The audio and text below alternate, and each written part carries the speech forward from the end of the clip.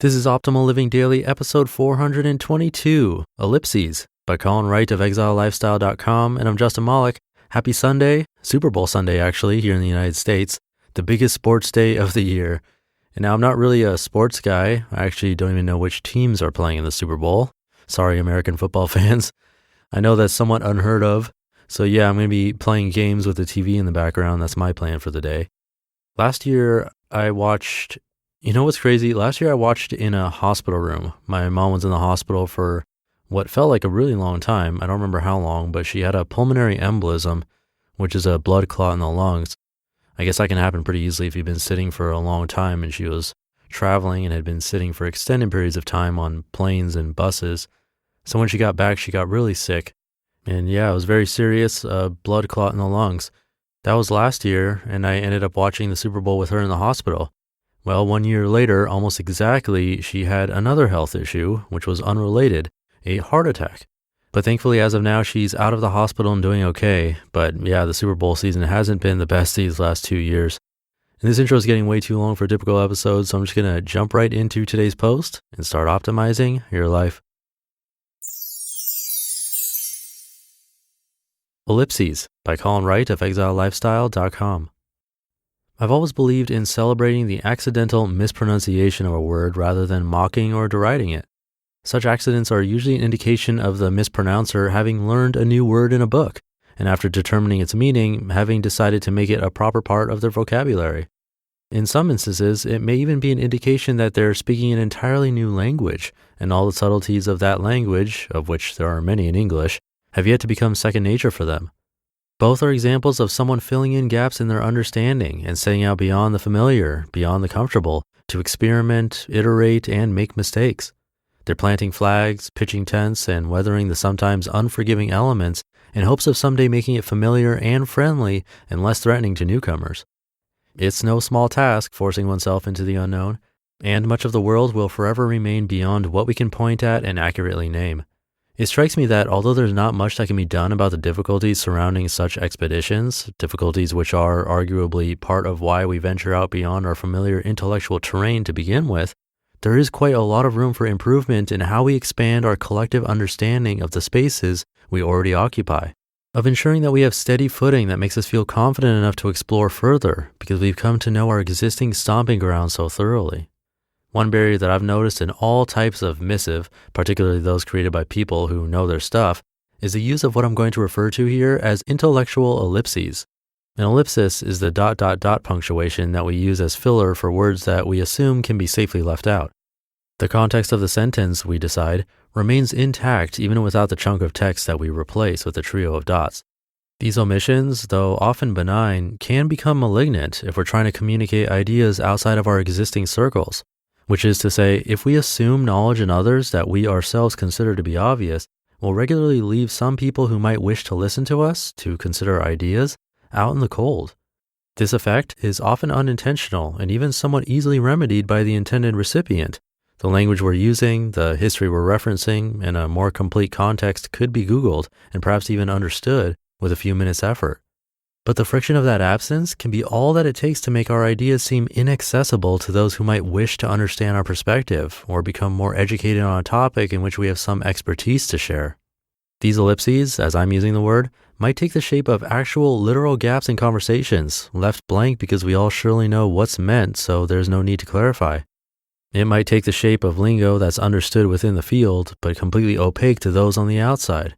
And perhaps most common in political discussions, will often work presumptions into our thinking, expressing ideas and facts in the context of information that is perhaps completely unknown or known in a different way by an outsider.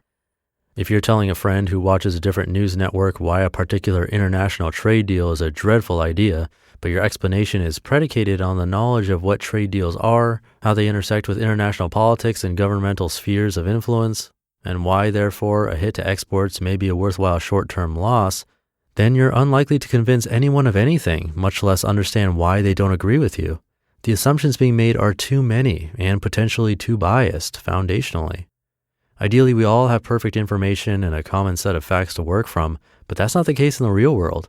We have to assume that in every communication situation, the people on the other end of what we're saying are coming from a different place than we are, and seeing the same things from a slightly or radically different angle.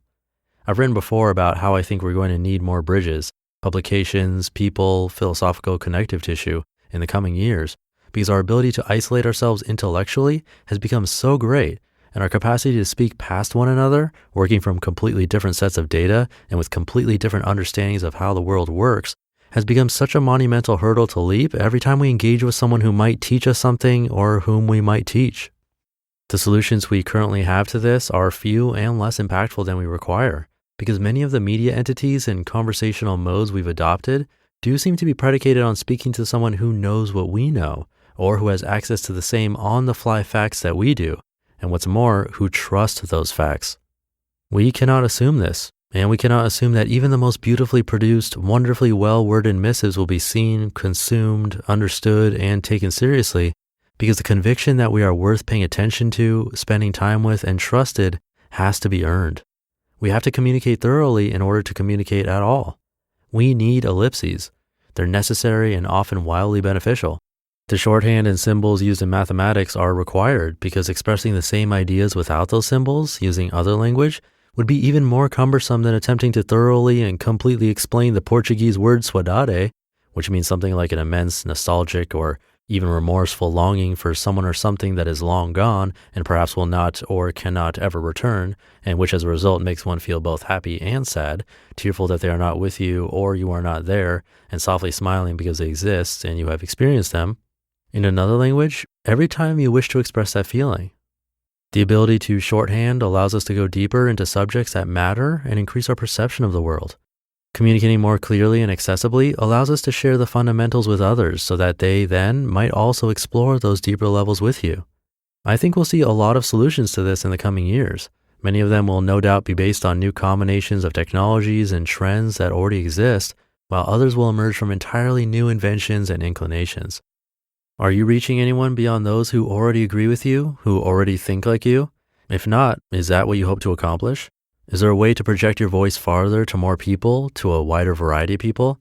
Is it possible to expound on what you're doing, what you're making, in some new way that hasn't seemed worth the effort in the past, because surely everyone already knows where you're coming from, what facts you're working from, who you are, and what you represent? These are questions worth asking, I think, whether or not you plan on expanding beyond your existing circle.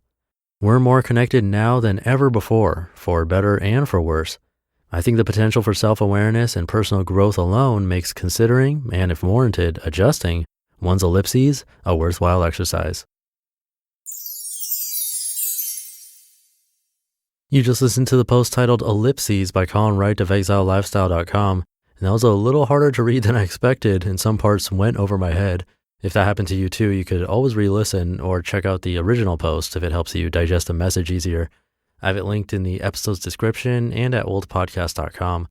And Colin was actually featured in the Minimalist documentary, which is streaming on Netflix in many countries, or if not in your country, you can learn more about it at minimalismfilm.com. And to continue what I was talking about before, I've been mentioning this family emergency for the last week and a half or so, and this is the first time I'm really talking about it, and hopefully the last time for a while.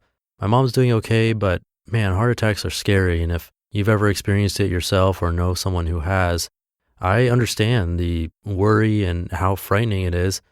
My brother actually did an episode about heart attacks, lowering your LDL cholesterol and related material in his Q&A episode on Friday.